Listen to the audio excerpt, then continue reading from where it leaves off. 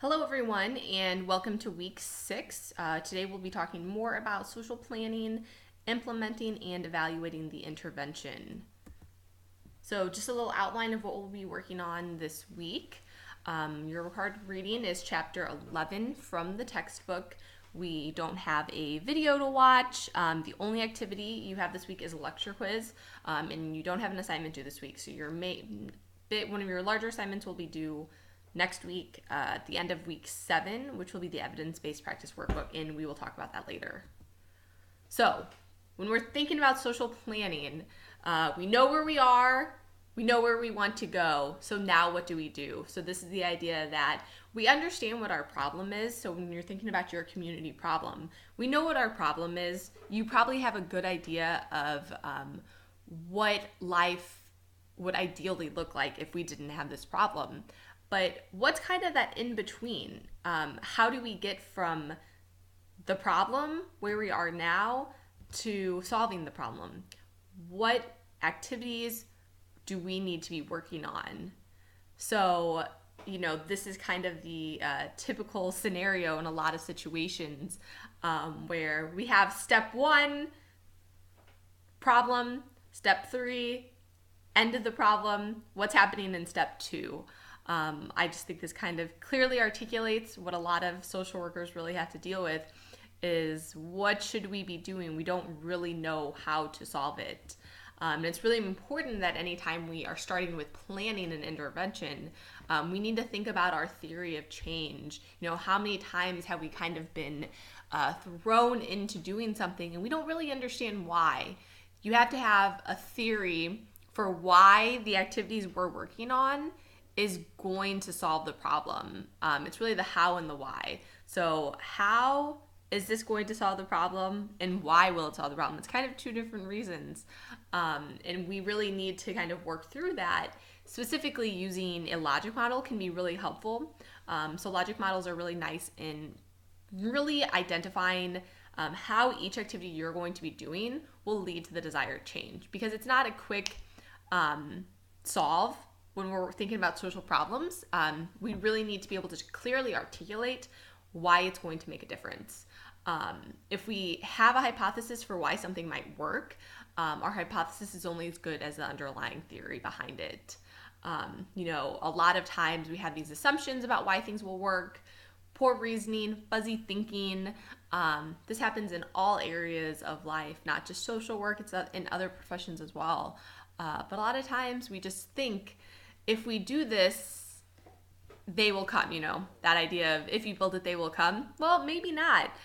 We need to really think about why the future will turn out differently based on what we're doing.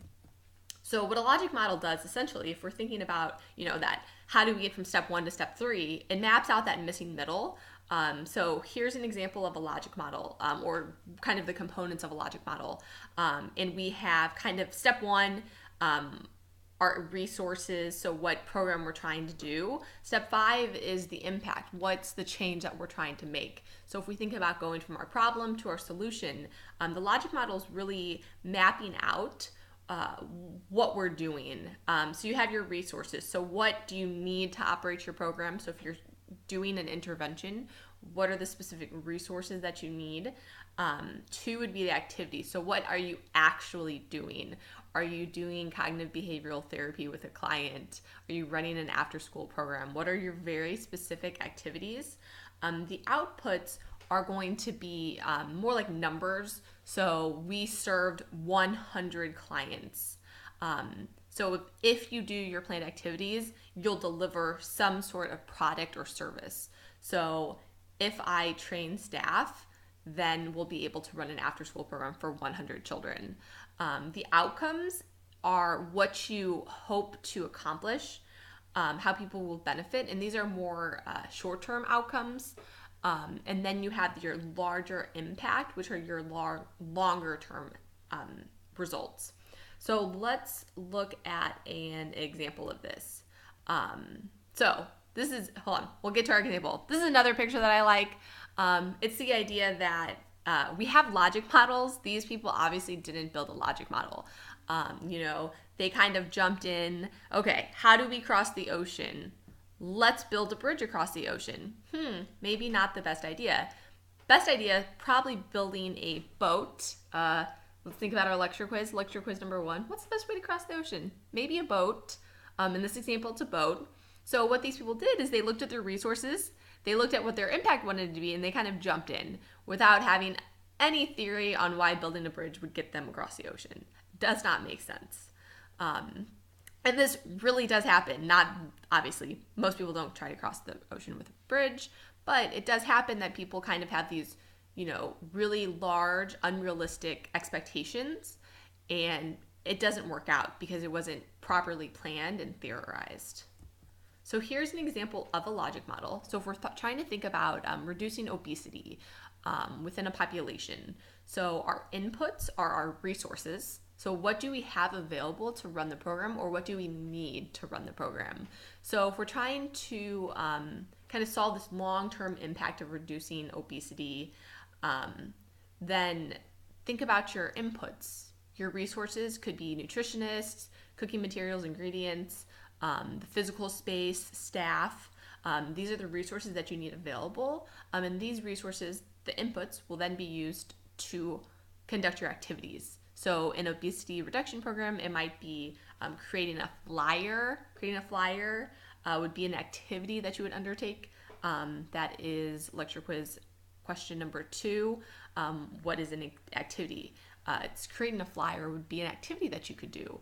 So these are very specific things. So creating a pre-post test, training volunteers, providing cooking classes, creating an evaluation plan. These are all very specific activities, steps that you need to be conducting. So what will the staff be doing? That needs to be planned out in the activity section. Because of the activities, we now have outputs, okay? So because we created a flyer, because our activity was a flyer, our output is now that we have 100 flyers passed out to YMCA members. Because we provided cooking classes, we have 20 families who attended 5+ cooking classes.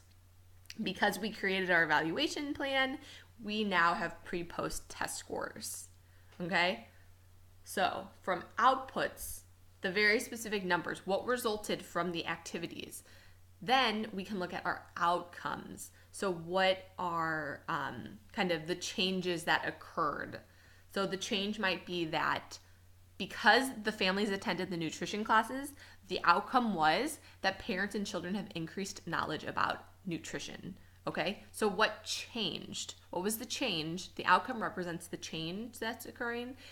The outcome versus the output represents what came about because of the activity. Okay, so those tend to be specific numbers. The outcomes are the change in the knowledge, behaviors, or attitudes typically. And we can kind of read more about what our outcomes are. The longer term impact, these are in the long term. Think about 5 years out. How will those outcomes kind of make further changes in society? So we have decreased diabetes, decreased hypertension, lower high blood cholesterol, lower spending on healthcare, and all of these impacts came about by planning this very detailed logic model. Logic models are great. I would highly suggest doing them. The other thing that we need to think about when we're planning is that we're using evidence. Evidence really can help when we're thinking about our theory of change. Go back to your evidence. We're going to be working on an evidence-based workbook.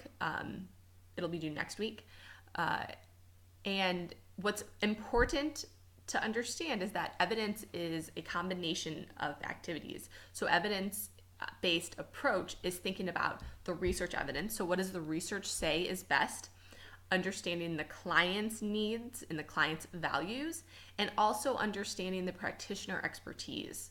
So as part of this class, we're going to be conducting an evidence-based community assessment.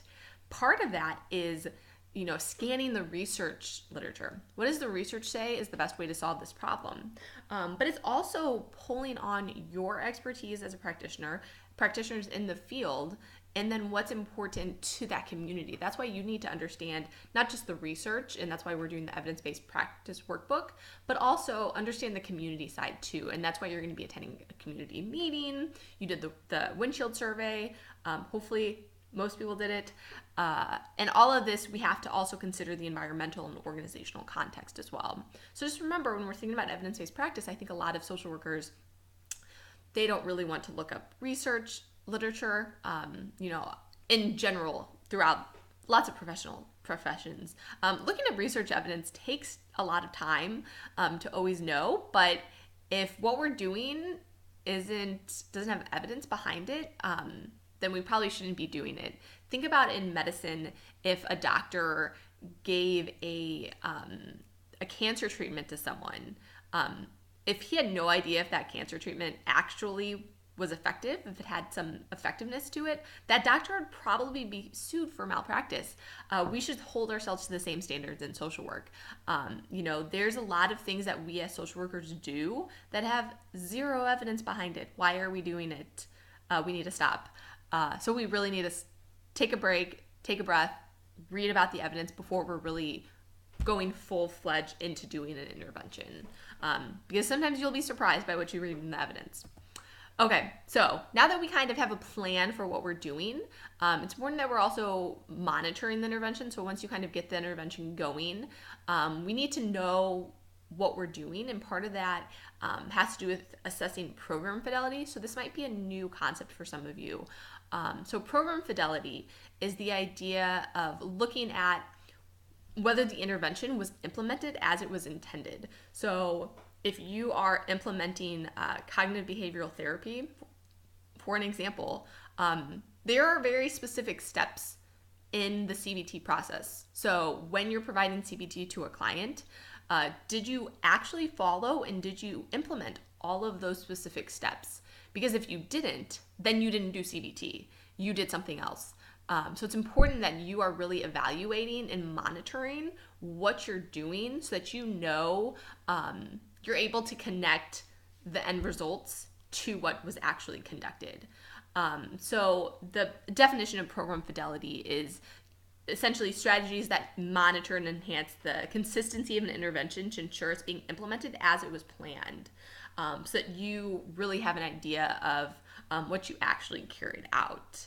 And so I actually did I'll go back to this slide. So I did a research project looking at program fidelity within after-school programs. That's your next question on the lecture quiz. I did a program fidelity research project on after-school programs because essentially I did a project looking at the effect of after-school programs. I found that after-school programs were not found to have an effect on academic outcomes, which I think that is counterintuitive to what a lot of people think. There's a lot of support for after-school programs. There is not a lot of evidence for after-school programs. So let that sink in. So think about all the money we've been spending on after-school programs. The government has spent a lot of billions of dollars on after-school programs, and they don't have a lot of effectiveness. Part of the reason is they don't have a lot of fidelity, so that some after-school programs have this, this theoretical idea of we're going to offer kids XYZ activities. We're going to give them 1 hour, if they come after school for 3 hours to our after-school program, we're going to give them an hour of tutoring, an hour of these enrichment activities such as cooking classes and behavioral interventions. And then we're going to give them an hour of some other personalized activity. And because of all of these activities that we're doing, it's going to make the kids more engaged in school, less behavioral problems. However, what was found is that a lot of after-school programs weren't actually being implemented the way that they planned them to be. So what ends up happening is that when kids go to after-school programs, it's kind of a free-for-all. They're not receiving tutoring. They're just kind of running around the entire time because they have a lot of built-up energy. Staff are unable to control them. The staff are under-supervised and poorly trained. And I'm not saying this is all after-school programs, but a lot of them, they're not doing the activities that they're supposed to be doing. So it's more of a babysitting class than kids actually getting further enrichment and further academic assistance. So that's what we found with after-school programs, is that they weren't being implemented with fidelity. so that they have this model that they're trying to implement. They're trying to implement behavioral strategies and helping kids behaviorally after school, but they're not actually doing those training sessions because kids are just kind of running around the entire time. So consider this. So this is similar to an example. So if we have a child welfare agency that's providing treatment to kids in foster care, they are implementing an evidence-based model with proven effectiveness, but after implementing the program, they find that they had no significant outcomes. What can we assume about the effectiveness of the intervention based on this? We can assume absolutely nothing unless we know what the agency was actually implementing. So they say that they're implementing an evidence-based model, but if they didn't conduct these like fidelity checks, if they don't know that they actually followed the model, step 1, step 2, step 3, step 4 of the model, all we know is that what they delivered was not effective. It doesn't mean that the intervention wasn't effective. Maybe they just didn't actually implement the intervention as it was designed to be implemented. So it's really important that we're monitoring what we are physically doing to make sure that it's what we plan to do. I previously worked at a child welfare agency. We had these really, really large goals of providing intensive case management with families and coaching. And we found that the program was not effective, despite spending a lot of taxpayer dollars on it. And honestly, part of the reason it wasn't effective, in my opinion, is because we weren't implementing the model. Staff were, instead of working with families on budgeting and working with families on parenting practices, they were really bogged down by, the poverty things that go along with families. These families were in poverty, they're low income, the staff members were constantly trying to keep the electricity on in the house. You can't work with a family on parenting when they don't have lights on. So the staff were just not being able to fully implement the model because they had so many other things they were trying to do. So it's really a question of, was the model effective or was something else that we were doing ineffective? So it's important to really monitor exactly what you are doing. And again, the reason that we're monitoring program fidelity is that it helps with course correction. So if we're realizing that staff aren't actually implementing the steps that they're supposed to be doing, it helps us to kind of change it in the middle. If you are on a 2-year program and you realize 6 months in that the staff aren't really able to follow through on the activities, you can change that early rather than at the end when you realize you weren't being effective. It's also important for interpreting program effects and outcomes. So again, if you get to the end and you realize what you did wasn't effective, you need to be able to say what specifically I did that was not successful. Because if you have low fidelity, you're either going to reject effective programs or you're going to accept ineffective programs. So essentially, if you have low fidelity, if you're implementing an after-school program, but you're implementing it with low fidelity, so you're implementing it in a way that it was not intended to be implemented, and then you say, oh, this is ineffective, you're going to reject this program, even though it's not the program that was ineffective. It was the lack of program that was ineffective. So it's really important that we're kind of measuring exactly what we're supposed to be doing. Again, it's kind of the idea that you're driving somewhere, you don't know where you're going. You need to have a map in front of you, and that's why we need to be considering program fidelity when we are running a new program. You need to know that map. Have your map out in front of you. So different ways that you can maximize fidelity include having a well-defined set of procedures. Treatment manuals, intervention manuals are really helpful to just really map out exactly what you're supposed to be doing. If you're implementing an after-school behavioral program, what does it's kind of like having a classroom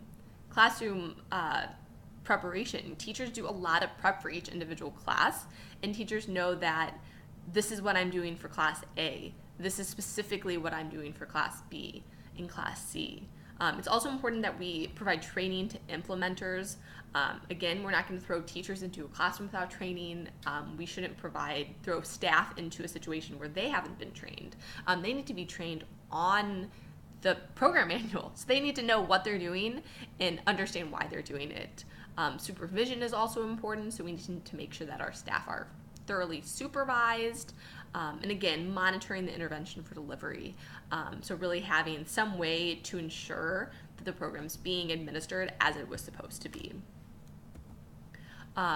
Then we also need to be considering how to evaluate the intervention. So this is a really nice chart because it kind of shows you, going back to that logic model, how the different things that we're working on in the logic model, we should also be evaluating. We should be evaluating everything to make sure that it's actually working. So if we're thinking about our resources that we have available, the way that we can evaluate it, so if we're thinking about the fact that we need staff and money and a location, evaluate how that worked. What did we get versus what did we think we were going to get, and make sure you're keeping track of all of that. How much funding did we get from the government to implement this after school program? Make sure you really are keeping track of that. Again, with the activities go right back to program fidelity. So what were our planned activities versus what activities were actually provided, and who were our participants who were receiving the activities. Outputs, comparing, what were the specific delivery outputs. Did we reach 100 families, or did we only reach 50 families in our nutrition classes? So we have our goal of 100 families, but did we actually get there? So making sure that we're really thoroughly keeping track of what we actually got. The most important thing, if you want to know if your program is effective, is we need to be evaluating our outcomes and the impacts. So when we think about outcomes, it's the participants. A lot of times this is kind of that middle ground for why something changes. So it's the participants' attitudes, their knowledge, their skills, their behaviors. Okay, so those are our outcomes. So if we're trying to do an obesity prevention program, so if our activity is to provide families with a nutrition class, our long-term outcome is to reduce obesity. Between that, we're able to reduce obesity by nutrition classes because we have changed participant knowledge of healthy eating and how to prepare healthy foods. So that's what's coming in the middle. That outcome, the outcome from the activity is that we changed participant knowledge. So a lot of times those outcomes have to do with the change in the attitudes, the knowledge, the skills. So let's think about a child welfare program treatment. So if we have parents who are who were kind of hotlined for child abuse or child maltreatment, a lot of times those parents are sent to parenting classes. Okay, so the activity would be parenting classes. Our long-term impact is to reduce levels of child abuse. The reason that parenting programs, parent training, reduces child abuse is that parents have new knowledge on how to parent their children. They have knowledge on behavioral techniques. They might have different attitudes on using corporal punishment. So these are all different tools that we use. These outcomes are the reasons that the impact happened. So we need to be able to evaluate these specific outcomes. So if you are doing a parent training program, you might be evaluating the parent training program in the long term by looking at measures of child abuse. So it might be that you kind of see, did this family get hotlined a second time? Did they get flagged for child abuse?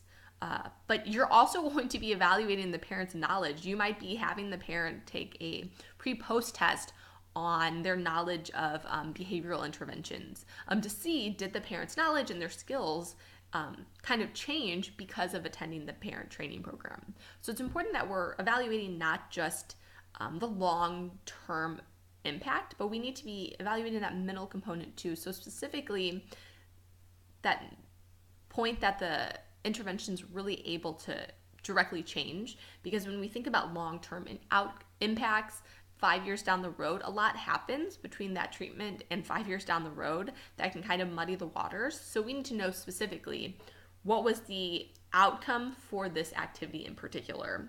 So it's really important that we establish baseline measures, so have parents take post tests so we know where they came from, so we can say how where they came from directly changed because of our intervention.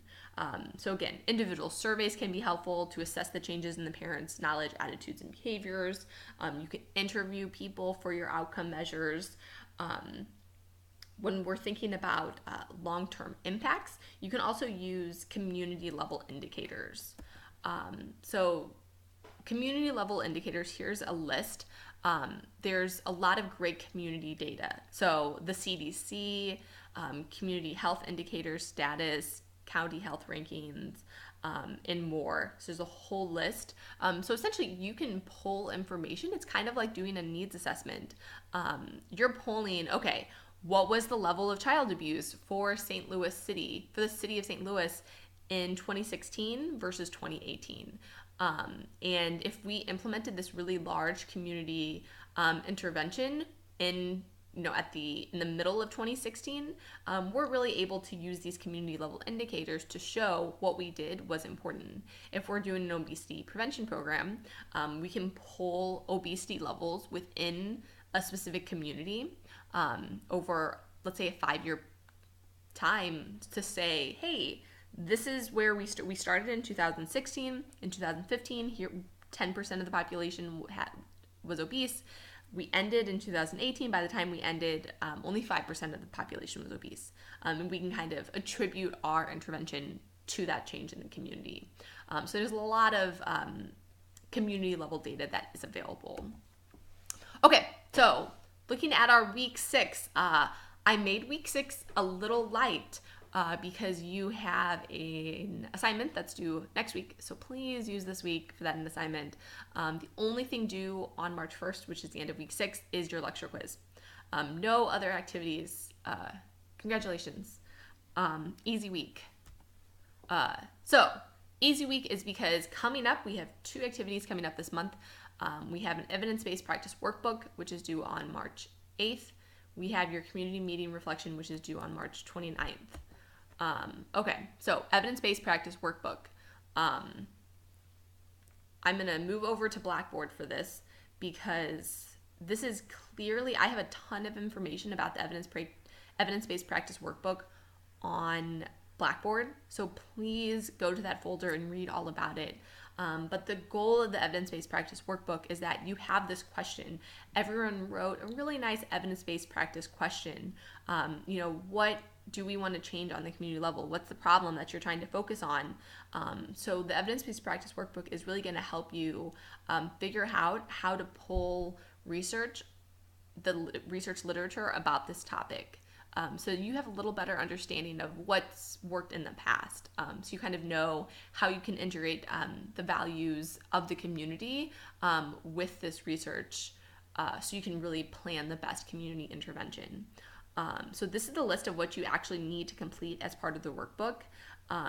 If you go to Blackboard, here's Blackboard. I'm in the assignment descriptions folder. Evidence-based practice workbook is the first. Click on the folder. This is going to summarize everything. There's 7 things that you need to complete. There's your list there. This first assignment, if you click on that, it's going to be a Word doc. This is specifically what you need to fill out. So the one that says assignment is the one that you should be filling out. Okay.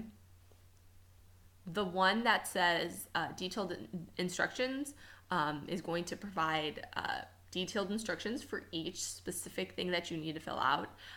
This example is an example that was completed by a student last year. I thought it was a pretty good example. So use it to help guide you. Do not steal things from it, but use it to help guide you. So that's your example. The other thing that's on here, research strategies. So doing a literature search, how to find evidence. This is a presentation on doing evidence-based practice. I have been told that most of you should have completed this in your 5751 class or 5750 class. So that's what I was told. All the students who completed this last year had already completed it in a prior class. So I'm not going to spend a ton of time walking through each step. What I will say is that I condensed this, so if you completed this in a past class, it shouldn't take as long because there were some things in it that I thought were unnecessary. So there's 7 things that you need to be doing. Each thing that you need to be doing is in red. So number 1, write an evidence-based question. You already have that written. Pull the one that you completed for your community description paper. That's your first thing that you need to be doing. The second thing that you need to be doing is this keywords and synonyms table. So this is what's really going to help guide you in determining like what's the best strategies for conducting a search. So here's some examples. Think about your intervention. So depending on what you're doing, it might be crime, food deserts, etc. So you're going to complete that. You're going to think about how to locate the best available evidence. So look at review databases, policy resources websites, which are listed in that folder on Blackboard. What would be 5 good databases that you should be searching for evidence? Okay. Wikipedia is not a database. Google Scholar is fine. Do not list Wikipedia ever. Use Wikipedia, start with Wikipedia to understand your topic, but do not ever cite or list Wikipedia in a research paper. So list the databases that you're going to be researching. What's your search strategy going to be? Don't stress over that section too much. And then from there, you're actually going to be searching for the literature. I want to see that you actually read the literature. One of the sections I took out, which I maybe should have kept in, is kind of outlining what specific literature you use. So kind of showing that, hey, I actually did read 5 articles about preventing opiate addictions for pregnant mothers. So make sure that you are doing that. Make sure you're actually reading the literature. For this project, you should be reading 5 to 8 papers because you're going to have to cite those on your community assessment paper. So make sure that you are reading 5 to 8 articles and then you're summarizing your findings. And that's what this workbook is going to help you do. So please let me know if you have questions. If you have not completed this previously, I'm happy to walk you through it in more detail, but I have been told that you've done this previously. So everything should be in this folder, and that is going to be due on March 8th. Okay, so SLU has a nice little social work guide on, key databases for social work. You have access to all of these. If you click on it, you'll be able to log in with your SLU information. Google Scholar, I will tell you that I use Google Scholar a lot. I do a lot of research. I use a lot of Google Scholar. It's just really, it's helpful. Let's be serious. It's easy. The nice thing about social work, about using the databases, is that you'll have direct access to the articles. So some of them on Google Scholar, you wouldn't necessarily have the full access to the article. So if you need the full access to the article, one of the nice things to use is this Sleuth Search Plus. So if you open that up, you can just kind of put the name of the article that you're looking for, and we'll find it for you. Okay, I'm not going to talk about search strategies anymore. But yeah, look over the example. So look over this example, and I think that will help you a lot. So that's your evidence-based practice workbook, due on March 8th. Okay, the other thing you have coming up, due in about a month, is your community meeting. The reason I'm talking about this is because you have to attend a community meeting. You need advance permission from me. Okay, so you guys need to email me. This is another lecture quiz question. You need to email me in advance before you attend this meeting and say, hey, Kristen, I want to attend this meeting. Is this okay? I will tell you that I had a student last year who did not ask for permission. She went to a meeting that was completely inappropriate, and she had to redo the project and lost points because she didn't get permission. The meeting was completely inappropriate. She should not have been attending that meeting. And let me tell you that I am very flexible on meetings. Yeah. So for the most part, I will approve it. The most important thing, the reason that you're attending the community meeting is to help guide you in your community assessment. It just is another tool for you to learn more about the community that you are writing a paper on. So the thing about the community meeting is you should be attending a meeting within your selected community. If you chose to do a specific area of Toledo, you should be attending a meeting in Toledo. You should not be attending a meeting in Chicago. Okay, that's where I kind of docked points on someone last year, is they attended a meeting that was completely outside of their community. I'm not saying that if you picked a specific zip code in St. Louis that you have to attend a meeting in that specific zip code. That would be awesome, but you should be attending a meeting in St. Louis. You should not be attending a meeting in Chicago. That's the moral of the story. It should be a community meeting. You need advance permission. You'll need to write minutes from the meeting. So take a list of what was conducted, what was the business that went on, and then write a reflection. The main reason we're talking about this now is because although it's not due for another month, there's a lot of great meetings out there, and they only happen once a month. For the most part, a lot of these community meetings only happen once a month.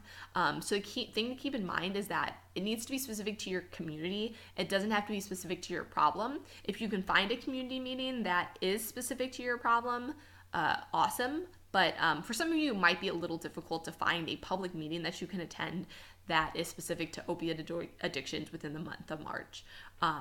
Yeah, it would be awesome if you can, but not always feasible. So just make sure that at minimum it's within your selected community. So under assignment descriptions, if you go to the community meeting reflection, I have a whole list of places for you to look for meetings. I tried really hard to find something that would be applicable to everyone. Most people are either within St. Louis or Toledo.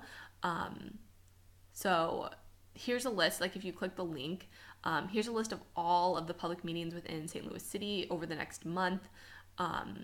Alderman meetings are great.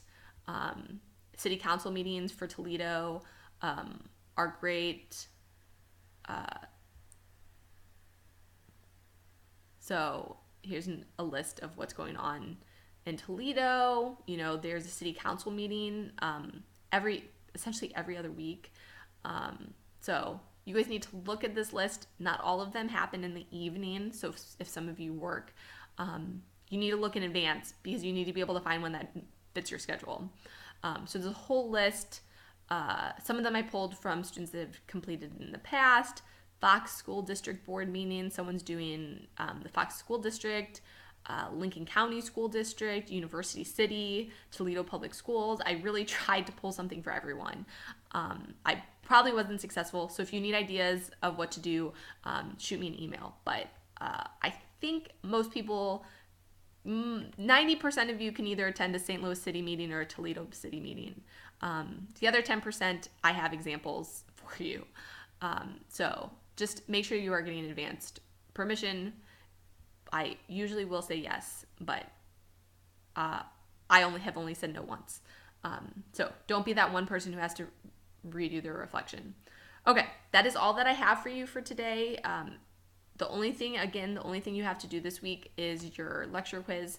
But please start working on your evidence-based practice workbook. I don't want, it's due on the 8th, so I don't want a million people emailing me on the 7th with questions. Use this next week to really figure out what's going on so that I can help you and address any questions in the next week's lecture.